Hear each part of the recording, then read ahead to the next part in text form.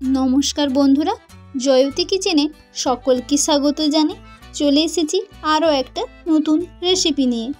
খুব সহজে তৈরি করে নেবে বাড়িতে ক্যারামেল কেক। আমি যেভাবে তৈরি করেছি ওইভাবে তোমরা যদি স্টেপ বাই স্টেপ তৈরি করো তাহলে কেকটা খুবই স্পঞ্জি হবে। তো প্রথম থেকে শেষ পর্যন্ত দেখার অনুরোধ রইল।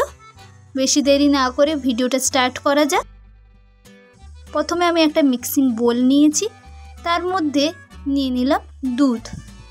আমি এখানে 1.5 বাটি দুধ নিয়েছি। তার মধ্যে নিয়ে নিচ্ছি 1 বাটি সুজি। আমি এই বাটির পরিমাপে সব কিছুই নেব। এই বাটির পরিমাপে অর্ধেক নিলাম সানফ্লাওয়ার অয়েল। সব কিছু একসাথে মিশিয়ে নেব।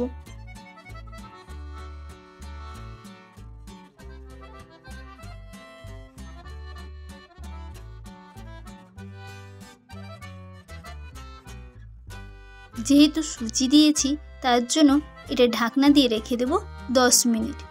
এরপর একটা তাওয়াতে আমি নিয়েছি অল্প জল আর 1.5 বাটি পরিমাপে চিনি। হালকা আঁচ দিয়ে চিনিটাকে ফুটিয়ে ক্যারামেল তৈরি করে নেব। তৈরি হয়ে গেছে। এখন কেকের ব্যাটারটা আমি 10 মিনিট পর দেখাচ্ছি। এর মধ্যে আমি ক্যারামেলটা অল্প অল্প করে দিয়ে দেব।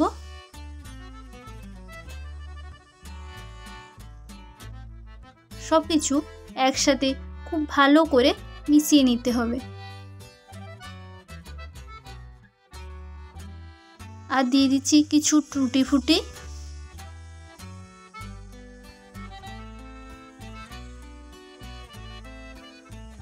এক প্যাকেট ইনো আর উপর থেকে একটু দুধ দিলাম।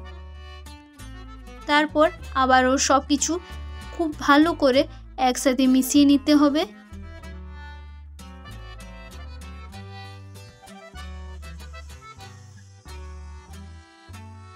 কেকের ব্যাটার একদম তৈরি হয়ে গেছে, তোমরা দেখেই বুঝতে পারছো।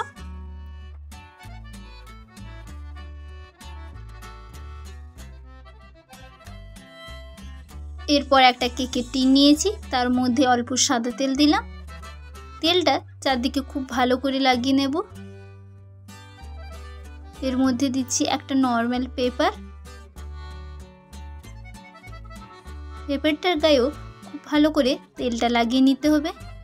এর মধ্যে কেকের ব্যাটারটা দিয়ে দেব।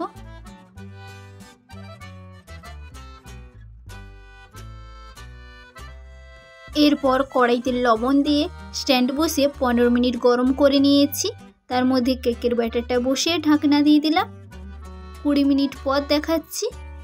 20 মিনিট পর কেকের ওপর থেকে আরও কিছু টুটি ফুটি ছড়িয়ে নিলাম।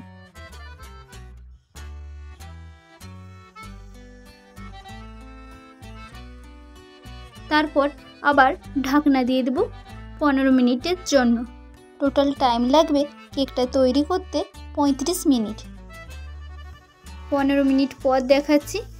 একটা কাঠির সাহায্যে দেখছি কাঠির গায়ে লেগে নেই, অর্থাৎ কেক পারফেক্ট তৈরি।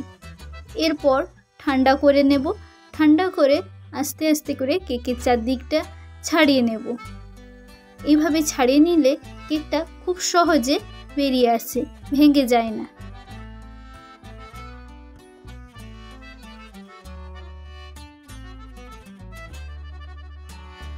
এরপর প্লেটের উপর উল্টো দিক করে রেখে হালকা একটু প্রেস করব, তাহলে কেকটা খুব সুন্দর বেরিয়ে আসবে। দেখতে পাচ্ছ কেকটা খুব সুন্দর বেরিয়ে এসছে, একটুও ভেঙে যায়নি। এর উপর থেকে কাগজটা ছাড়িয়ে নেব।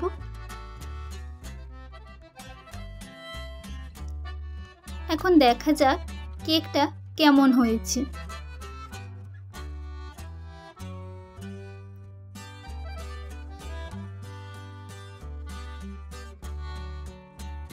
কেকটা দেখেই বুঝতে পারছো কেকটা কতটা সফট আর স্পঞ্জি হয়েছে। তোমরাও এইভাবে খুব সহজে বাড়িতে তৈরি করে নিতে পারো ক্যারামেল কেক সামান্য কিছু উপকরণ দিয়ে। তো এই ছিল আমার আজকের রেসিপি। তোমাদের কেমন লাগলো অবশ্যই জানিও। ভালো লাগলে লাইক শেয়ার সাবস্ক্রাইব করে পাশে থেকো। আবারও দেখা হচ্ছে নতুন একটা রেসিপি নিয়ে নেক্সট ভিডিওতে। Thank you.